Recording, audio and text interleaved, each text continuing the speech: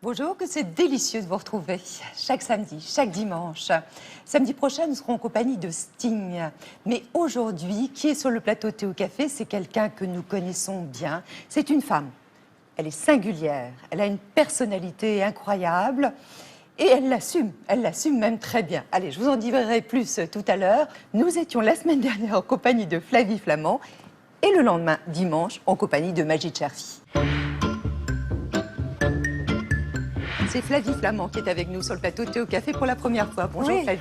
C'est un récit poignant que le vôtre, La Consolation. C'est un livre qui suscite de nombreuses réactions de la part de ceux d'ailleurs que vous accusez. À l'âge de 13 ans, donc vous étiez en vacances avec votre mère au Cap d'Agde, dans le sud de la France. Qu'est-ce qui s'est passé? J'ai été repérée par un photographe mondialement connu qui m'a proposé de faire des essais. Ce jour-là, ce photographe portait un bermuda et des sandales. Et j'y suis retournée le lendemain, accompagnée par ma mère. Et ce jour-là, le photographe était nu. Et le simple fait que ma mère valide mon entrée dans l'appartement a validé aussi chez cet homme cette idée qu'il pouvait abuser de moi. Et j'ai été violée. Et je suis rentrée après la séance photo et après le viol, comme si de rien n'était.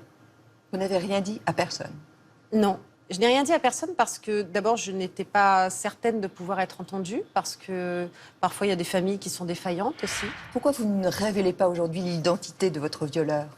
C'est ce que je lis partout. Elle refuse de révéler l'identité de son violeur. Elle ne veut pas dire qui est son violeur. Elle cache le nom de son violeur. Vous ne pouvez pas. C'est que je ne peux pas. pas. Vous Je voulez, n'ai- mais vous ne pouvez pas. Je n'ai pas le droit. Et tant que la loi sera comme ça, je ne pourrai pas révéler le nom de l'homme qui m'a violée quand j'avais 13 ans. Flavie, quel est votre rapport aux hommes aujourd'hui? Apaisée. Mais parce que j'ai rencontré un homme formidable. La critique qui vous a le plus blessé? Quand on pense que j'écris par opportunisme. Est-ce que vous avez déjà souhaité la mort de quelqu'un? Oui, quelques secondes. Mais vraiment, enfin, même, pardon, quelques microsecondes. Pour que cesse la douleur. Si vos fils vous demandaient la définition de l'amour, qu'est-ce que vous leur répondriez? Le respect. De soi-même et de l'autre.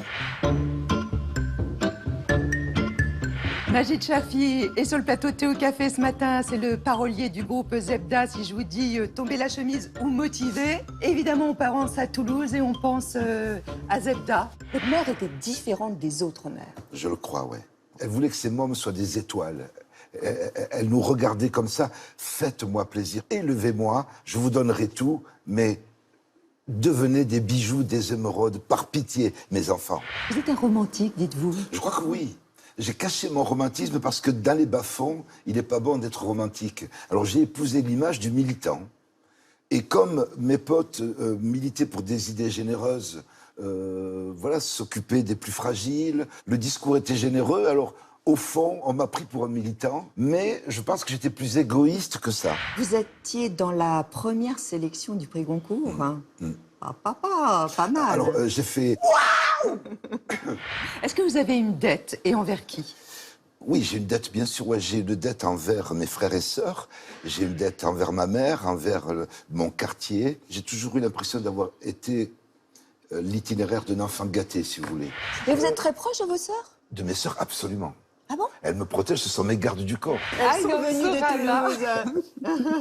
Toulouse. Voilà, c'est ce qu'on appelle une belle surprise, non? Quelle est votre part de féminité? Je crois qu'il faut être un peu dans un itinéraire bien heureux pour accepter, de s'accepter algérien, berbère, français, toulousain, femme. Bien heureux, ceux qui ont trouvé la femme qui vit à eux, ça leur permet d'être des hommes. Waouh! C'était Bravo. C'était beau. C'est parti tout seul. Le cliché qui vous énerve, Quand on dit oh, il est bien intégré. quelle est votre part d'ombre? J'ai beaucoup masqué ma méchanceté et on m'a trop souvent pris pour un ange. Merci à Majid Cherfi, merci à Flavie Flament. C'était la semaine dernière. Alors, aujourd'hui, qui est là? Vous allez vous présenter, s'il vous plaît. Quelle est votre profession? Actrice, chanteuse, Votre situation familiale? mariée sans enfant. Est-ce que vous avez une obsession dans la vie? J'en ai beaucoup, Laquelle? multiples.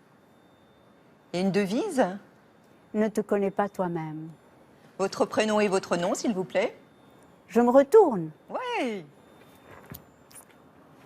Ariel Dombal. c'est elle, Ariel Dombal. Merci d'être là, Ariel. On va parler de votre nouvel album qui est sorti il y a un mois avec Nicolas Kerr. Et puis, on va parler de vous, surtout. Bonjour. Bonjour. Combien de temps vous mettez pour vous apprêter chaque matin? Ça dépend. Ça dépend parce que il y a toujours l'interrogation face à une armoire et on se dit oh et puis rien ne va jamais. Alors finalement je porte pratiquement toujours les mêmes vêtements alors que j'en ai beaucoup. Là, on pourrait dire que c'est votre bleu de travail, votre tenue de scène. Non, non plus. C'est une chose qui me semble un peu anonyme et qui correspond à la saison. Anonyme, avec cette grande croix. Ah, la croix, évidemment, est quelque chose qui, elle, n'est pas du tout anonyme. Ça, je la porte depuis... J'ai toujours porté des croix, mais celle-ci, je la porte vraiment beaucoup depuis, depuis 3-4 mois. Est-ce que c'est pas un signe? Un Ah. signe évidemment très apparenté à une religion. Aujourd'hui, tous les signes extérieurs sont très sensibles. Oui. Est-ce que vous vous êtes posé la question? Mais oui, figurez-vous, je lisais même ce matin dans le journal les choses qu'on avait le droit de porter, ne pas porter, dire, ne pas dire, à l'intérieur des entreprises. Et des écoles? Et des écoles à propos des religions. On n'a pas le droit d'être trop ostensiblement. Mais là, vous l'êtes, vous. Là, oui. Est-ce que, Ariel, vous avez aimé le statut d'enfant? J'ai adoré le statut d'enfant. Je pense que j'ai eu l'enfance la plus étonnante qu'on puisse imaginer. Mais est-ce que vous aviez conscience que vous étiez dans un milieu privilégié? Oh oui, je l'ai eu très très très vite cette conscience-là parce que j'étais dans un pays extraordinairement pauvre et donc je me suis aperçue que quelquefois je me rappelle que la première fois j'étais dans une voiture et j'étais avec un chauffeur et j'allais à l'école et à un feu rouge, tout à coup j'ai vu des petits yeux qui étaient à mon hauteur de la vitre de la voiture et c'était un vendeur de chewing-gum mais qui devait avoir 6 ans, 7 ans, à peu près mon âge et qui lui vendait des chewing-gums de l'autre côté et voilà, les enfants travaillent au Mexique comme dans les pays pauvres, les enfants Et travaillent. qu'est-ce que vous vous êtes dit à ce moment-là? Je me suis dit... Je suis vernie? Non, je me suis dit déjà, j'en avais la conscience même avant cela. Je me suis dit, il y a des gens très pauvres, des enfants comme moi, mais qui sont de l'autre côté de la barrière. Et de toute façon, je vais aller jouer de l'autre côté de la barrière. Et c'est ce que j'ai fait. Parce que mes amis ont été des amis des rues, très vite. Ariel, est-ce que vous étiez une petite fille complexée ou est-ce que vous étiez plutôt bien, en harmonie avec vous-même? Non, non, je n'étais pas complexée. Je me suis tout de suite très vite sentie étrangère, ça oui. Étrangère parce que j'étais dans un pays, ça a l'air absurde, mais pourtant c'est un sentiment que j'ai eu très vite parce que j'étais très blonde, j'étais presque albinos, blond très très clair avec des longs cheveux. Et très souvent les enfants me tapaient sur la tête parce qu'ils trouvaient que c'était étrange. Voilà. Et se distinguer des autres, on en souffre? Être différente? C'est-à-dire que quand on vous le répète beaucoup et quand on vous le fait sentir tout le temps, oui, peut-être. Parce que vous savez, les enfants, pratiquement tous les enfants veulent toujours se dire « je suis comme les autres enfants, je fais partie de vous, je ne suis pas étrangère, je suis pareille ». Et évidemment, on n'a pas du tout envie d'être le bouc émissaire, même si c'est un bouc émissaire qui éblouit ou qui intimide. On n'a pas envie. Est-ce que vous aviez connaissance de l'état de santé de votre mère? Non. Non, parce que ça, c'est des choses... et je pense que maintenant... C'est un secret? C'était un secret de famille? Oui, oui, tout à fait un secret. Oui, oui. Mais les enfants devinent les choses. D'ailleurs, c'est ça le propre de l'enfance. C'est tout de même de sentir des choses, d'observer des choses comme les animaux. Instinctif? oui. On sent les choses, on comprend les choses. Sans les savoir, on les sait. Qu'est-ce qui l'a rongé, votre maman? Oh, c'est très complexe. Je ne sais pas, parce que comme sa vie a été très courte et que je n'ai jamais pu aborder avec elle. Vous aviez 11 ans lorsqu'elle Oui, est quand elle est partie. Donc, mais je l'ai vue beaucoup pleurer. Et je l'ai vue très amoureuse et très malheureuse. de votre père? Oui, mais je ne savais pas très bien pourquoi ni comment. Mais petit à petit, j'ai construit toute une chose de raison de ses pleurs. Mais comme elle jouait de la guitare et qu'elle chantait, elle faisait semblant souvent qu'elle pleurait à cause de la musique. Est-ce que ça a influencé votre relation aux hommes? Ah, bien sûr, bien sûr, bien sûr. Ça a influencé énormément. Bien entendu, comment? Eh bien, comment de plusieurs manières.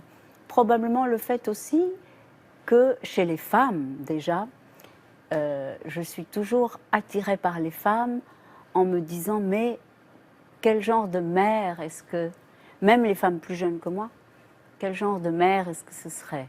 Et ça me donne envie de pleurer. Mais par rapport aux hommes? Et par rapport aux hommes, l'idée sans doute d'être irrésistible pour toujours. C'est difficile. C'est un boulot à temps complet. Ben voilà, c'est comme une sorte de... Voilà. De don? De don de soi? Bon, oui, probablement de don. C'est certain qu'il y a quelque chose qui est vrai, c'est que dans les rapports, il y a toujours une forme de réciprocité, toujours. Et il faut simplement deviner ce que l'autre attend. C'est très obscur ce que l'autre attend de vous. Et ce que vous attendez de lui, c'est aussi très obscur, parce que c'est l'énigme par excellence, la relation amoureuse. Qu'est-ce que c'est une bonne mère? Une bonne mère, c'est une mère qui ne meurt pas, déjà. Immortelle. Oui. Vous ne l'avez pas été par choix? Vous voulez dire... ah oui, que je ne suis pas mère moi-même? Ah, oui, Par oui. choix. Oui, oui. Vous le dites toujours, hein? Oui, oui, oui, oui, oui. Vous avez été jugée par la société pour ça? Oh, il y a toujours une très grande pression pour les femmes en général. Mais pour le conformisme en général. Je ne dirais pas qu'avoir des enfants, c'est une chose conformiste. Mais enfin, c'est répondre à la grande voix de la nature qui dit « reproduis-toi et meurs ». Parce que ce qui est important, ce n'est pas toi, mais l'espèce. Et donc, les femmes peuvent être emportées là-dedans, presque sans réflexion, comme une sorte de force qui les mène là, sans qu'elles se posent même la question. C'est comme quelque chose d'évident. Et je pense que c'est une des très grandes forces du monde, que l'idée de se reproduire. C'est même y résister est difficile. Dites-moi ce que vous pensez de la petite jeune fille que vous allez voir. C'est votre première télévision. On est en 1976. Vous êtes l'invitée d'une grande féministe qui est Louise Weiss, qui était l'amie de votre grand-mère. Regardez. Ah non, j'ai honte de voir ça.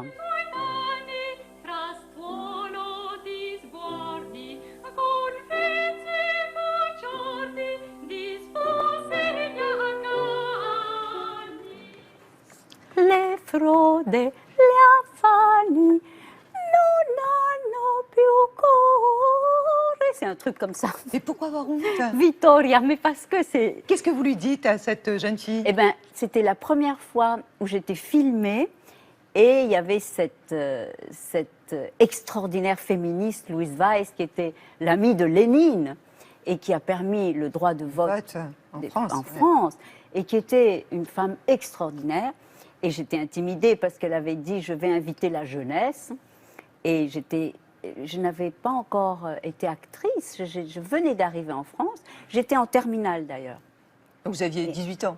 Voilà. Et alors, voilà, elle m'a dit chanter, il y a la télévision, et donc voilà comment ça s'est fait. Et je me rappelle que je me disais, mais une femme tellement extraordinaire qui a permis le droit de vote en France, et elle avait répondu, vous savez, je suis très bien en ma propre compagnie, que je trouve excellente.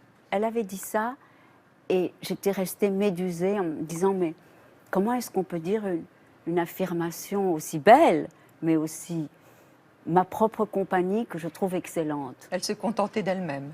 Oui, elle était une femme étonnante. C'était une passionnariat. Quelqu'un de très important. Tout à l'heure, on recevra dans le cadre de l'émission Leïla Slimani.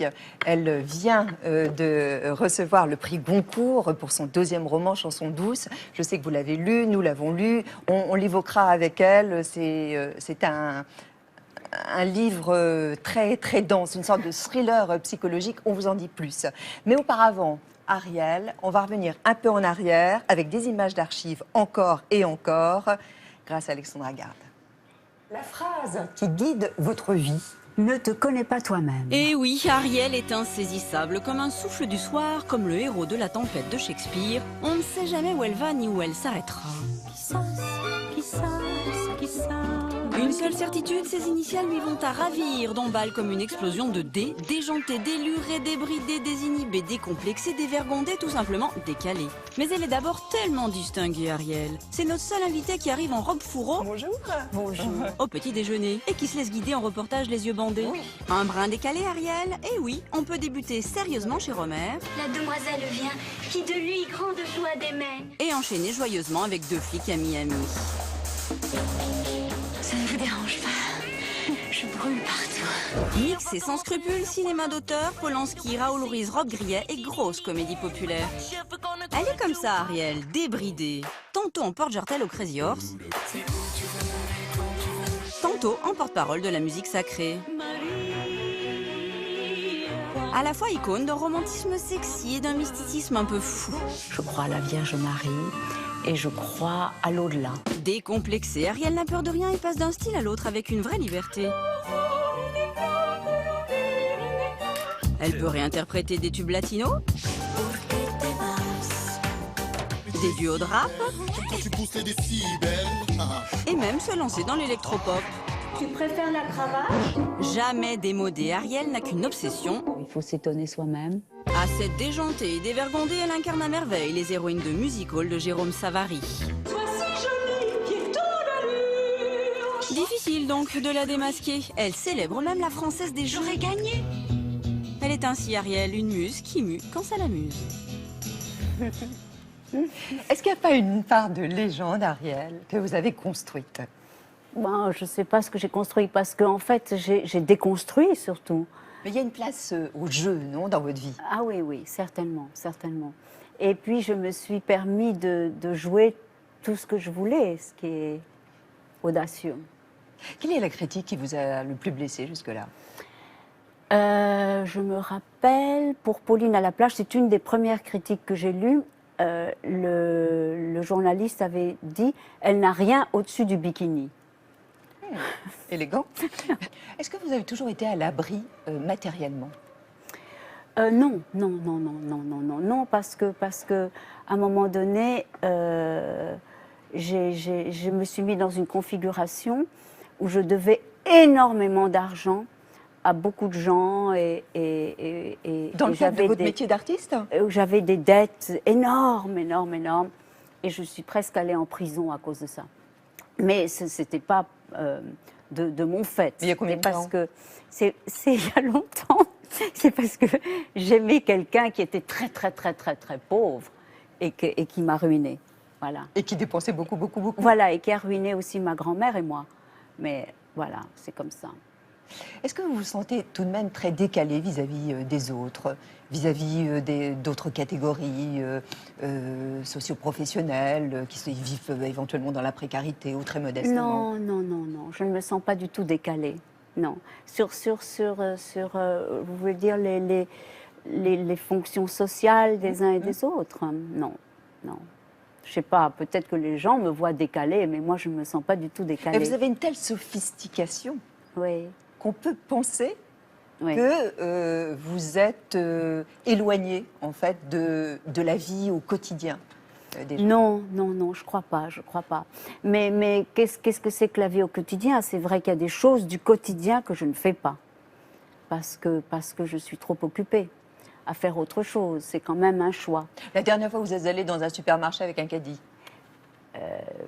Vous le faites pas. Non. Non. Vous le faites pas parce que vous craignez. Non, ça qu'on- m'amuserait beaucoup, qu'on mais. vous reconnaisse ou- Non, ça s'est pas trouvé, quoi, mettons. Un gros caddie. Mais si, je l'ai fait un peu au Mexique. Et puis bon, les caddies, si on met des caméras dessus, ça fait des travelling merveilleux. Donc, Ça, c'est la réalisatrice qui parle. oui. Donc, mon prochain caddie, ce sera pour un travelling. Est-ce que vous vous sentez concerné par les inégalités salariales entre hommes et femmes? Bien sûr, et je sais que c'est en ce moment au poste de commande de revendications féministes. Vous Et savez je pense- qu'actuellement, nous travaillons bénévolement, là. C'est vrai, vous, Oui, en ce moment depuis lundi. Ah, depuis lundi, lundi. 16h34, Ah non, je ne savais pas. jusqu'à fin décembre. Ah oui, ça bien N'est-ce sûr pas que je le sais. Oui, Toutes les absolument. femmes qui travaillent en France. Toutes les femmes. Mm. C'est-à-dire qu'il y a un décalage incroyable. Et je crois que dans les pays européens, bizarrement, oui, j'ai lu ça, l'Allemagne, étrangement, et la France, où à travail égal, les salaires sont totalement inégaux. Mais bizarrement, la France est classée très très mal. Même la Pologne est mieux classée. Même des pays qui ont enfin accès au capitalisme depuis peu sont mieux placés que nous. Vous seriez prête, vous pourriez être une militante, vous pourriez descendre dans la rue par soutien, par solidarité? Pour la cause féminine, certainement, parce que je suis du côté des femmes et j'aime les femmes et je trouve que leur place est bien difficile. Et encore, nous sommes dans un mouchoir de poche de femmes qui ont le droit à la parole, qui ont une liberté d'entreprendre, de faire ce qu'elles veulent, etc. Mais si on regarde l'état du monde, on est très très peu. Les femmes sont très très minoritaires. Et dans les pays pauvres, moi je me souviens que même au Mexique, dans les années 70, quand on était dans la campagne, l'homme marchait et il était sur l'âne et la femme marchait derrière avec les enfants. Le Mexique, on vous a retrouvé au Grand Palais. Il y a une exposition sur le Mexique, votre pays, 1900-1950. C'est une exposition, vous êtes un guide extraordinaire. Bon, hein. pas vraiment, pas vraiment. Donc on vous a suivi, et c'est Alexandra Garde et Anne Roussel-Blanc qui vous ont accompagné.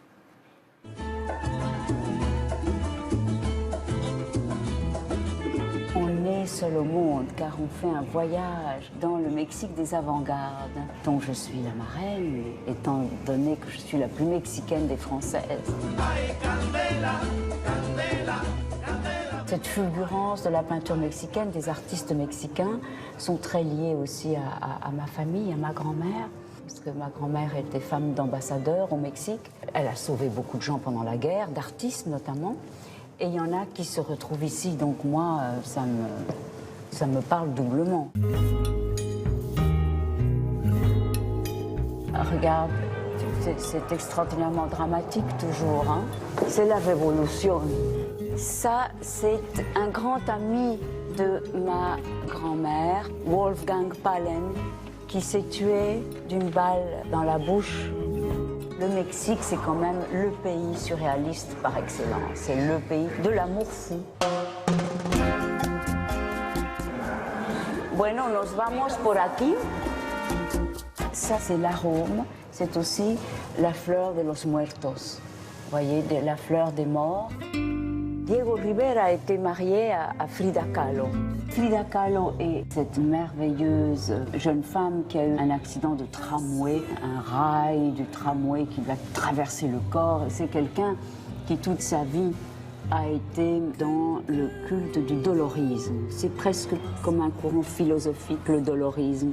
C'est-à-dire qu'il faut passer par la douleur pour comprendre le monde, pour se sensibiliser le plus possible aux êtres, aux choses. Toute cette douleur, elle a su la symboliser par la peinture. Je m'identifie, comme beaucoup de femmes, à Frida. Vous avez connu de grandes souffrances, comme Frida? Ah ben, évidemment. Mais je suis comme tout le monde, je me protège. Je ne vais pas être le cœur sur la main toute la journée. J'ai eu un chien qui était de la famille des chiens de Frida.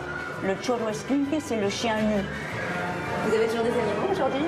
Oui, les animaux sont le cœur de ma vie. Ça va être beau, hein, avec...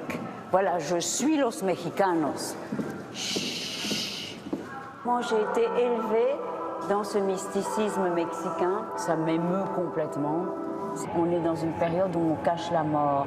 C'est tout de suite, si on n'en a pas honte. On nie la mort, on ne vit pas sa mort. Or, le Mexique est un pays où on vous apprend à vivre votre mort. La mort est un passage qu'il faut vivre. Je suis très structurellement catholique. J'adore le message du Christ. La révolution, c'est aimez-vous les uns les autres. Alors Ariel, il y a une petite séquence dans Thé au café qui est l'autopsie du sac à main. J'ai pas toujours des sacs aussi sages que ça. Mais évidemment, bon, il est extraordinairement confuse. Ça, c'est mon téléphone que j'ai acheté à Miami. Des paquets de cigarettes, plein de cigarettes électroniques. J'ai des clés avec un bonbon pour pas les perdre. Ça, c'est quelqu'un qui m'a donné du jasmin. Voilà.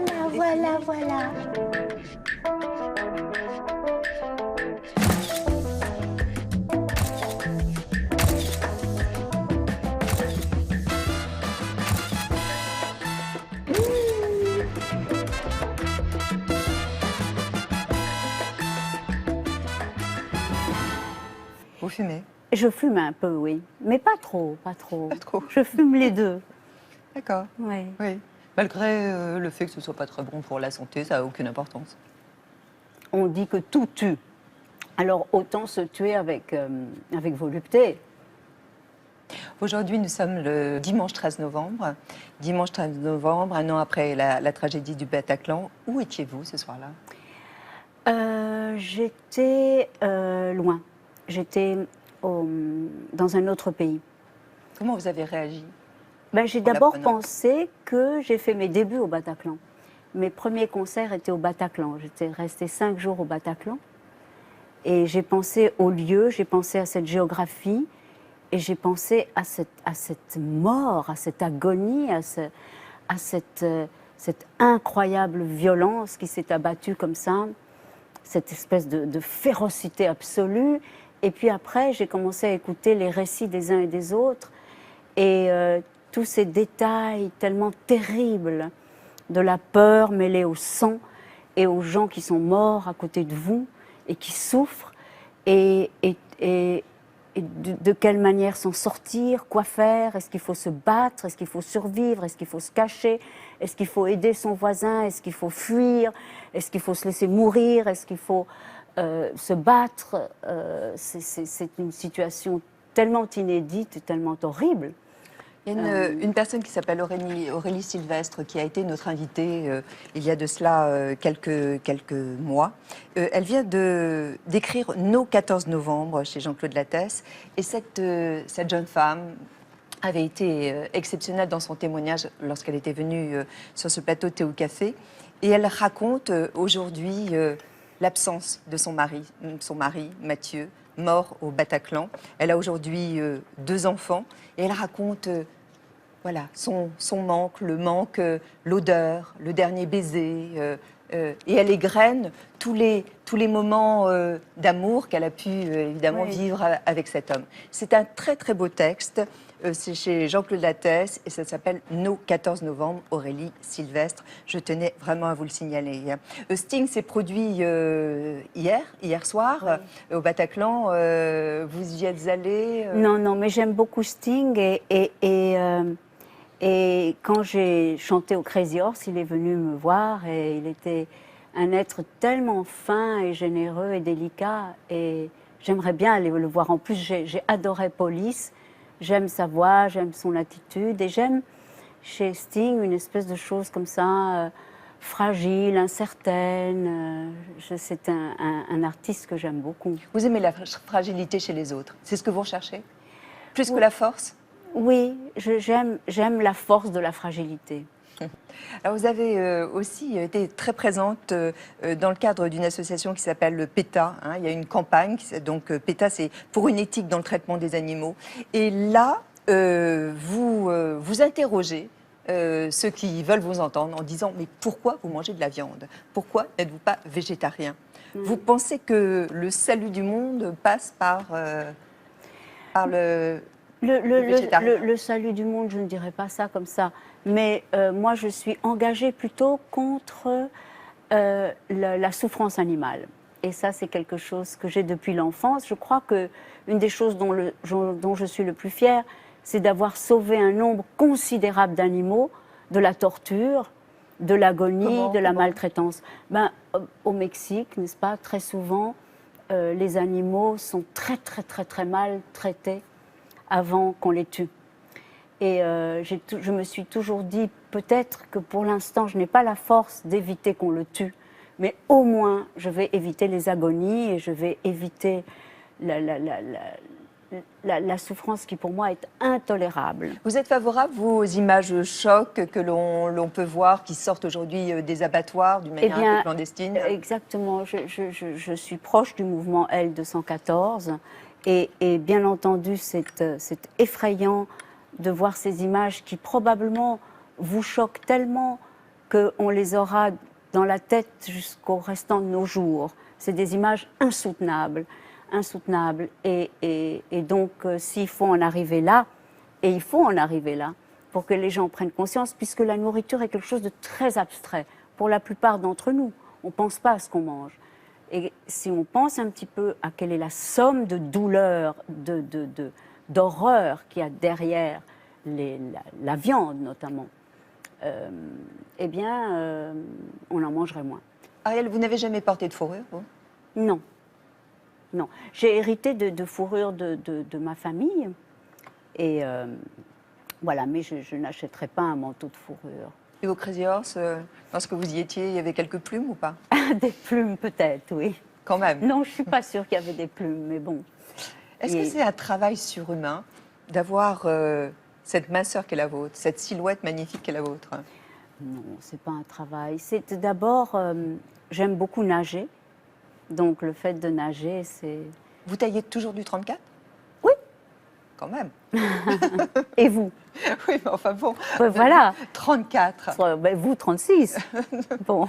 Mais oui. C'est un sacrifice? Non, ce n'est pas un sacrifice, c'est une jouissance.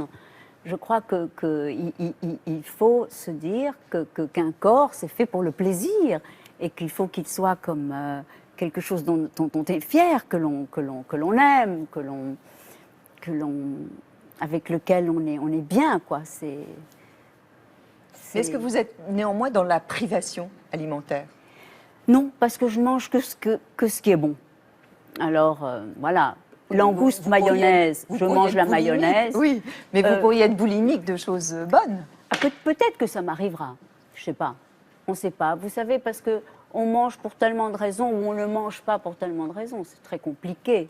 Je pense que c'est vrai que j'ai vu des gens qui étaient très malheureux et qui mangeaient 1 kilo d'ice cream. Je les comprends en même temps. C'est une espèce de refuge. Compensation. De refuge. On parle de votre actualité? Oui. Vous serez au Café de la Danse? Voilà, le 16 décembre. Et puis vous partirez en tournée en 2017. Voilà. Alors avec cet album, qui est sorti maintenant il y a quelques semaines, avec votre complice, on peut l'appeler ainsi, Nicolas Kerr, pour la rivière Atlantique. Alors moi, je trouvais que votre couple était assez improbable. Ah bon? Oui. Comment vous êtes rencontrés tous les deux? Alors, sur le dernier album, bien sûr, avec ce duo. Voilà.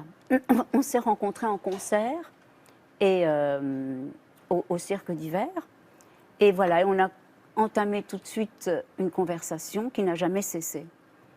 Et une conversation qui était comme un réseau de goûts que nous avions de manière immédiate et évidente en commun. Donc sur la même longueur d'onde? Oui, sur la même longueur d'onde, en tout cas sur les longueurs d'onde qui comptent. On partage le même champ magnétique. Vous avez peur de vous ennuyer parce que lorsque l'on voit votre parcours, Oui. vous allez de l'opéra, évidemment aux musiques latines. Bon, aujourd'hui, cet album. Oui. C'est vrai qu'on ne sait jamais où vous serez la fois prochaine. Oui, mais je crois que c'est le propre des acteurs, des actrices et des artistes. Je crois que Certains font la même chose, hein, tout le temps. certains font la même chose, mais ils y sont obligés.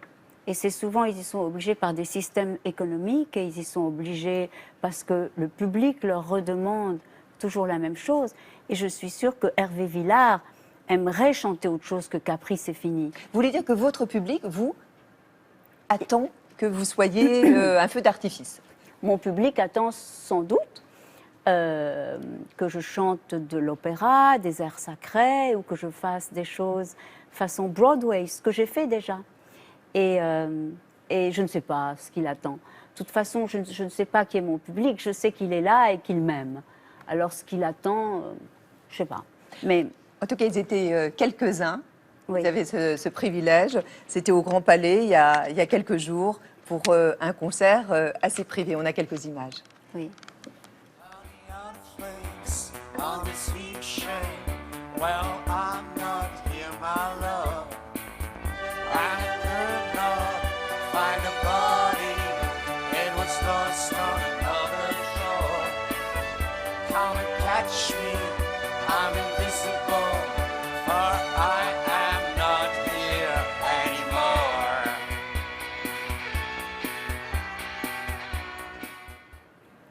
Vous voyez Bernard-Henri Lévy qui était présent, il a aimé? C'est-à-dire que Bernard-Henri a tout de suite trouvé que Nicolas Kerr était un être extraordinaire et qu'il était tout à fait singulier et unique en son genre. Comme moi, quand j'ai rencontré Nicolas, j'ai trouvé d'abord que c'était la voix la plus belle du rock en ce moment et que c'est un artiste, un personnage qui est comme il faudrait être toujours, c'est-à-dire un funambule, quelqu'un qui est toujours dans la vérité des choses et aussi un être probablement le dernier rocker. Vous C'est-à-dire êtes assez fusionnel aujourd'hui, non? Parce qu'on vous voit beaucoup. Il est pas loin d'ailleurs, là, oui, en loge. C'est vrai qu'on sent que oui, parce que c'est un, c'est un compagnonnage important. Voilà, c'est un parcours. On est allé dans cette musique qu'il a composée pour moi et écrit pour moi, aussi bien les paroles que la musique.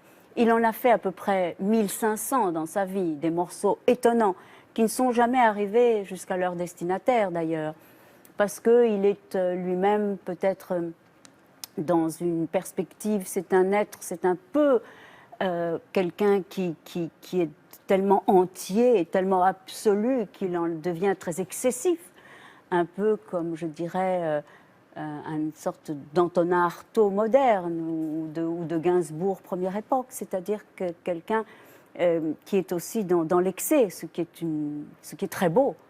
Mais Que qui vous est appréciez aussi... en plus chez les êtres, non? Oui, bien sûr, que j'aime ça. J'aime cette vérité absolue, cette exigence qui touche peut-être à la folie. Alors là, vous avez parlé de lui. Lui, il va parler de vous maintenant. Oui. En effet, un portrait croisé avec aussi une amie qui vous est très chère, c'est Farida Khelfa. Ah bon? Oui, et tous les deux, ils croisent leur regard sur vous, Ariel Dombal. Hmm. C'est quelqu'un que j'aime beaucoup. C'est vraiment une femme extraordinaire. Mais en même temps, j'ai du mal à dire une femme, parce que c'est une fille, en fait, Ariel. C'est une éternelle fille. Chaque être humain, à un moment, est figé dans un certain âge. Pour moi, Ariel, elle a 12 ans. Je ne pense pas qu'elle soit naïve, ni candide, peut-être, je ne sais pas. C'est juste sa personnalité. C'est voilà, elle a décidé d'être ainsi, elle est ainsi. Les gens, en général, jouent à la fiction sociale. Ariel, c'est pas ça, son genre de jeu. Son genre de jeu est autre chose. C'est vraiment un jeu de jeune fille qui grimpe dans les arbres. C'est-à-dire, c'est un vrai jeu. C'est un vrai jeu d'enfant. Elle n'aime pas le conflit, elle n'aime pas la guerre, la bagarre. C'est la légèreté. C'est quelqu'un de très léger et en même temps de très profond. C'est Belle du Seigneur, un peu, d'une certaine manière. C'est 300 bontés réunies en une. Ce drama queen au bord de la falaise. Oh, en train de hurler sur les hauts du hurlement. Elle a un look très perso. Elle a vraiment une imagination visuelle, mais vraiment tarée. Elle a un style très particulier. Elle est tout le temps coiffée comme une sauvage jaune. Elle aime pas être bien coiffée. Elle est assez rock'n'roll en fait dans la vie. Beaucoup plus qu'on pourrait le croire d'ailleurs. Je dirais qu'elle dérive, mais qu'en même temps, elle maintient des caps. Il y a une sorte d'urgence à faire les choses. Elle très très très vite. Ah, je pense qu'elle sait exactement ce qu'elle veut et qu'elle lâche pas le truc. Elle lâche pas du tout. C'est pas quelqu'un qui. Non, non. Elle sait ce qu'elle veut et elle a ce qu'elle veut. La plus grande manipulatrice du monde. C'est une grande résistante en fait, Ariel. En fait, c'est une femme très très forte. Contrairement aux apparences, c'est vraiment une femme très solide et très forte. Et elle a pas peur. Ça, j'aime bien. Ouais. C'est pas une femme qui a peur. Vous êtes d'accord avec ce que vient de dire notamment Farida? Vous n'avez jamais peur? J'aime ces amis qui parlent de moi. C'est tellement... J'ai envie de les embrasser. Mais est-ce que vous vous reconnaissez dans leurs propos?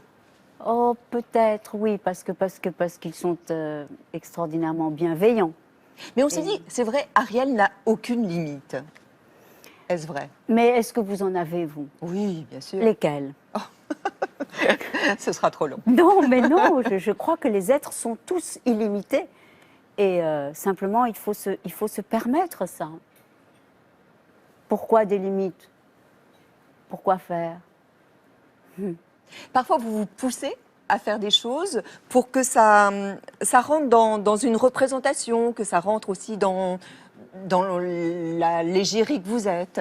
C'est-à-dire que je me dis qu'il faut aller jusqu'au bout de certains rêves, de certaines choses que l'on voit. Vous voyez, c'est comme des images de l'inconscient que l'on voit à l'horizon, qui se profilent. Et on sait qu'on doit aller là. Et comment y aller? Parfois, c'est des chemins qui bifurquent. Et c'est extraordinairement difficile, extraordinairement laborieux, parfois horriblement douloureux. Et parfois, on se trompe. Et on y va quand même.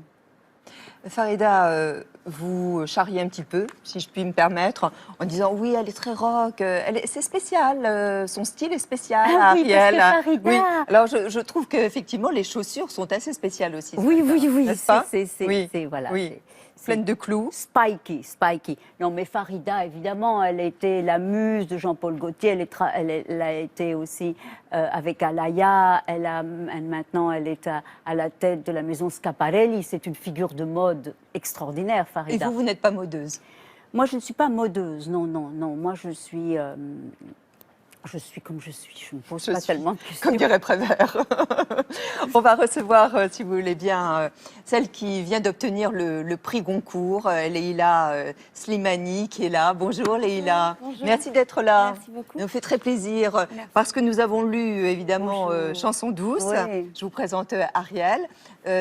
Nous l'avons fait parvenir à Ariel qui est une femme qui est très, très disciplinée.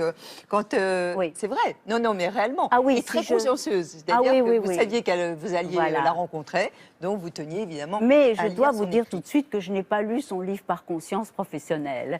J'ai ouvert la première page et comme tout le monde, j'imagine, j'ai été littéralement dévorée par le récit que j'ai trouvé mais superbe. Je me suis dit, mais c'est rare, hein, les prix Goncourt, qui unanimement couronnent un livre, mais quand je l'ai lu, je me suis dit, mais ils ont eu raison immédiatement. Combien de femmes, pensez-vous, Leïla, mais vous devez le savoir, ont remporté le Goncourt? Je crois que je suis la 12e. Exact, Ouais. sur 114. Alors, on explique, hein, c'est la dérive d'une nounou qui va devenir meurtrière, à qui un couple avait confié ses deux enfants en bas âge. Il y a une forte tension dans ce livre, c'est un thriller. Vous aviez le désir de garder le lecteur en haleine? Oui, je voulais le garder en haleine, puis je voulais le garder avec moi. C'est-à-dire que le lecteur est un peu mon complice. On enquête ensemble, puisque le livre est construit un petit peu comme un flashback. Donc on enquête ensemble sur les raisons qui ont pu pousser cette femme à commettre ce meurtre terrible. Et donc je voulais qu'il soit avec moi, à la fois pour m'aider, pour reconstituer le puzzle, pour l'obliger à être actif aussi dans la lecture. Moi, en tant que lectrice, j'aime à participer à la lecture. J'aime avoir une place, j'aime pas la lecture passive, j'aime pas être dans quelque chose de trop confortable. Moi, je trouve que la littérature, elle doit aussi nous déranger, nous perturber, nous mettre mal à l'aise. Ariel, je ne sais pas si vous êtes d'accord, je trouve que le style en fait, de Leïla est absolument très concis, il est nerveux, il est presque clinique. Oui, et puis il y a des accents d'une telle vérité, il y a une telle observation des êtres, une observation fine sur des petites choses qui révèlent des mondes entiers. C'est-à-dire que, par exemple, le racisme ordinaire, la méchanceté ordinaire, l'indifférence ordinaire, dans le sens que c'est absolument pas quelque chose de dogmatique, c'est quelque chose de extraordinairement subtil dans l'observation de nos contemporains et de la société. Et c'est pour ça que ça sonne juste tout le temps. Et ce serait, si vous le permettez, c'est aussi un roman sociologique, enfin qui parle de notre époque aussi, parce que vous parlez de ce couple, cette femme qui va reprendre son travail d'avocate après avoir eu un deuxième enfant, et qui va être évidemment happée par sa vie professionnelle. Donc il va y avoir un choix à faire entre sa vie familiale, sa vie personnelle, sa vie de femme, sa vie d'amante et sa vie d'avocate et sa vie de mère. Oui, c'est une femme comme beaucoup de femmes aujourd'hui, c'est-à-dire une femme qui est tiraillée, une femme qui essaye d'être beaucoup de choses à la fois et qui n'a surtout pas envie d'être enfermée dans un seul rôle. Elle ne veut pas être que la mère d'eux ou la femme d'eux, elle veut être aussi un individu, elle veut avoir sa vie propre, elle veut pouvoir avoir son désir aussi, le désir soit de s'accomplir professionnellement. Par moments, elle a aussi du désir pour des hommes qu'elle peut voir, mais avec qui elle ne veut pas forcément aller, mais simplement pour dire je continue à exister, je continue à être un corps et je voulais montrer aussi toutes ces contradictions qui habitent les femmes, derrière parfois une image très neutre d'une maternité qui serait seulement épanouissante, seulement heureuse, de montrer que derrière tout ça, il y a aussi beaucoup d'angoisse et beaucoup de noirceur. Et vous évoquez aussi l'emprise, en fait. L'emprise de cette femme qui va être extrêmement importante, qui va avoir un rôle essentiel dans la famille, celle de Nounou, mais au-delà, effectivement, puisque c'est elle qui va s'occuper des deux enfants. Et le couple va délaisser en fait leur rôle. Oui, c'est-à-dire qu'elle devient la nounou des enfants, puis au bout d'un moment, elle devient un peu la nounou des parents. C'est-à-dire que ce sont des adultes qui sont un petit peu encore adolescents, ce sont des gens qui ne tiennent pas très bien leur foyer, qui sont un petit peu dépassés par l'éducation des enfants et qui se retrouvent finalement dans une situation où cette femme vient et prend tout en main, change leurs draps, leur apprend des choses qu'eux ne savent pas faire, elle fait très bien la cuisine, et donc ils acceptent au fur et à mesure de lui laisser de plus en plus de place. Vous avez connu vous-même une nounou semblable ? Non, j'ai jamais connu. Vous ne seriez plus là ? Semblable. Non, j'en ai jamais connu de semblable. Moi, j'ai été au départ, je me suis renseignée sur des cas de nounous, c'est-à-dire sur des procès que j'ai suivis, dont j'ai lu les transcriptions. Donc, j'ai découvert des cas effectivement de femmes qui avaient pu avoir une emprise terrible sur des familles. Et la plupart du temps, d'ailleurs, ces familles-là n'en ont conscience que malheureusement après le drame. Mais ce qui est extraordinaire tout de même dans le roman, c'est que c'est une observation si fine des êtres qu'on a une identification totalement plurielle. Parfois, on s'identifie même aux enfants, à la petite fille, et puis on s'identifie à la nurse criminelle, et puis on s'identifie au personnage qu'elle croise dans le parc, et puis on s'identifie à l'homme, parce que tout est juste. Donc c'est ça qui est merveilleux, on n'est pas de parti pris. C'est ça la grande force du roman, c'est qu'il vous emporte, il est d'une férocité absolue, mais d'une vérité si grande qu'il vous emporte, quoi. C'est étonnant. Leïla, vous espériez ce Goncourt? Sincèrement, non, je suis très sincère, je ne l'espérais pas du tout. J'étais persuadée à chaque nouvelle sélection que je n'y serais plus. Et puis à la dernière, je me suis dit c'est déjà merveilleux d'en être arrivé là, d'être finaliste au bout de 2 romans, à mon âge, sur un sujet en plus qui reste un sujet domestique, un sujet contemporain, alors que souvent ce sont des livres qui abordent des sujets plus universels, ou des sujets comme la guerre, des sujets comme ça. Donc j'avais le sentiment que c'était pas du tout un livre pour le Goncourt, et je suis assez heureuse aussi. Et votre mère a eu une intuition néanmoins. Oui, elle a su. Alors je ne sais pas si elle a su ou si elle s'est dit il faut que je sois là aussi pour la consoler. En tout cas, bon, elle pensait qu'il fallait. Elle a su. Il fallait être là. Elle a su, elle a senti. Elle a senti qu'il allait se passer quelque chose. Donc elle a pris, parce qu'elle habite au Maroc, parce que vous êtes. Je suis franco-marocaine. Voilà. Et votre mère est franco-algérienne. Ouais, c'est ça. C'est ça. Votre mère est médecin. C'est ça. Votre père est banquier. Voilà. Je crois. Et depuis 17 ans, en fait, vous vivez à Paris. Exactement. Et en fait, votre langue, c'est la langue française, oui, c'est essentiellement. Tout à fait. Oui. Je sais aussi que vous avez réagi assez vivement sur ce fait divers grave au Maroc, où 2 jeunes filles ont été vues s'embrassant. Et vous avez réagi puisque ces 2 jeunes filles ont été arrêtées parce qu'elles s'embrassaient. Oui, c'est pas la première fois que je réagis sur ce genre d'affaires. J'avais réagi déjà il y a quelques mois sur une affaire qui s'est passée à Beni Mellal, donc dans une petite ville du Maroc où 2 homosexuels ont été battus presque à mort. J'avais réagi quand un autre homosexuel avait été lynché. Donc c'est des situations, je veux dire, qui se répètent. L'homosexualité est interdite au Maroc, elle est pénalement punie de prison. Et voilà, moi je suis depuis très très longtemps évidemment militante de la dépénalisation de l'homosexualité au Maroc, et plus largement de la dépénalisation des relations sexuelles au Maroc, puisqu'au Maroc les relations sexuelles hors mariage sont interdites, et que le seul destin des femmes en particulier est d'être soit vierge, soit épouse. Donc il n'existe rien d'autre au-delà de ça, et je pense que la société marocaine est tout à fait capable aujourd'hui, en tout cas, de commencer un débat et de réfléchir sur ces questions-là. C'est essentiel. Oui. Vous, Ariel, qui connaissez bien ce pays, vous avez une maison, me semble-t-il. Eh bien, j'avais milité pour la loi il y a 15 ans contre la répudiation des femmes, justement. J'ai été allée à Fès, j'avais rencontré des avocates marocaines absolument étonnantes, parce que ça aussi, c'était une loi terrible qui faisait que quand on a traditionnellement, il faudrait voir évidemment toute l'histoire des peuples et des civilisations. On ne jette pas tout ça dans le même panier. Mais c'est vrai qu'il y avait une loi où quand un homme était fatigué d'une femme, il l'a répudiée, c'est-à-dire qu'il l'a laissée comme ça sur le trottoir sans aucune espèce de... Voilà. Et ça, c'était une loi férocissime. Mais heureusement, le roi est tout de même quelqu'un qui a pris des très bonnes mesures. Je dois dire que l'islam marocain est un islam très éclairé et très démocratique. Mais ce que vient de dire Leïla, oui, empêche aussi de donner quitus complètement au Maroc aujourd'hui. Oui, mais il est aussi au sommet des croyants, le roi. Et c'est un islam qui est déjà extraordinairement éclairé.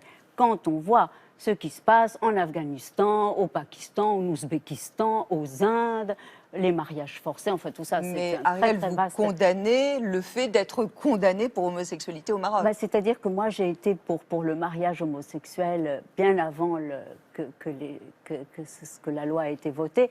Et je condamne toute forme, évidemment, là-dessus, d'autorité vengeresse, oui, sur ce terrain-là, bien entendu. Oui, bien entendu. Leïla, il y en a un troisième ?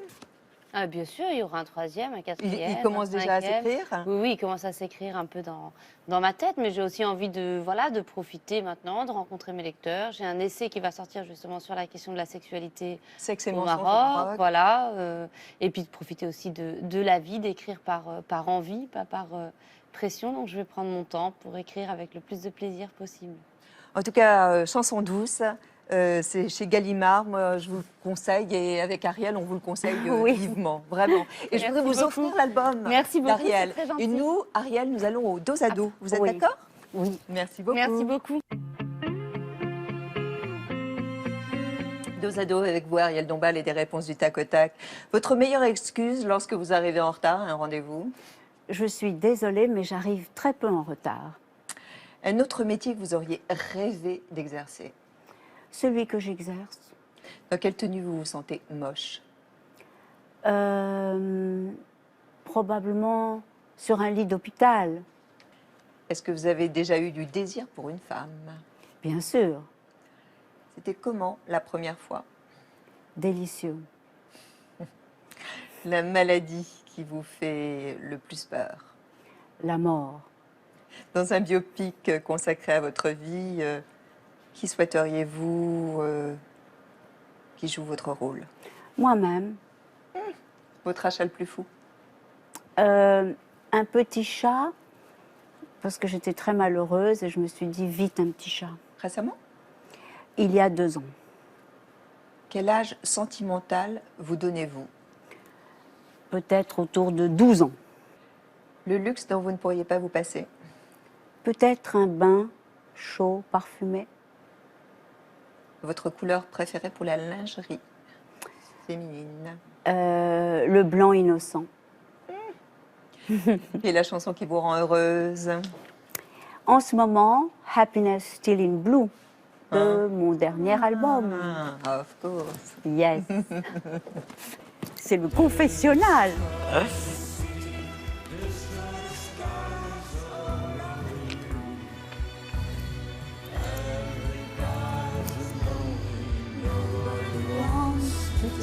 Qu'est-ce que vous en attendez? Vous espérez en faire un tube, par exemple? Oui, parce que les gens adorent l'album. C'est miraculeux qu'ils l'aiment comme ça. Ça parle de quelque chose qui les touche. Et les concerts, c'est toujours des moments de très grande volupté tout de même. Ça érotise la scène? Oui, ça érotise le public et par miroir. Et l'artiste? Oui. Vous Voilà. aimez, vous, les tourner? Vous êtes une nomade? Mais j'aime bien les tourner parce que c'est merveilleux. On trace comme ça, on fend le pays. Et puis on va ailleurs aussi. Et on rencontre ces gens qui se déplacent pour vous voir.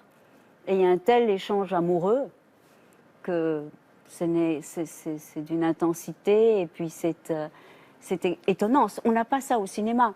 Au cinéma, quand les films sont sur les écrans, on va rarement dans les salles voir le film avec le public. Et ça, c'est quelque chose qui ne peut se faire qu'avec la musique et la voix. Je voulais saluer la personne qui est exposée sur le plateau de Thé au Café ce matin. Alors, il s'agit d'un peintre, mais aussi d'un sculpteur. Paul Bergignat est peintre. Il expose à la galerie Rochefeld, rue de Seine, à Paris, dans le 6e. Ce sont des huiles sur bois qui représentent le voyage et le paysage intérieur. C'est ainsi qu'il définit son travail. Et puis le sculpteur a pour nom Francesco Moretti. Il utilise comme matériau des feuilles de métal pour évoquer l'homme et son environnement.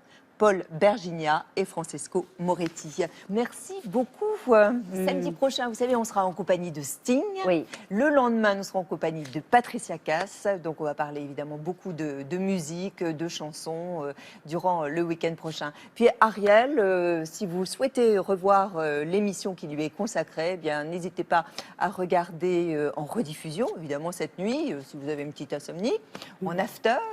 Et sinon, vous regardez l'émission aussi en replay sur plus.fr et sur notre chaîne YouTube. Passez une très très bonne semaine, portez-vous bien et puis que la vie soit belle. Allez. Bon, allez, on se retrouve samedi prochain avec Sting. On va faire un petit selfie. Oui. Au revoir. Yes. Venez voir.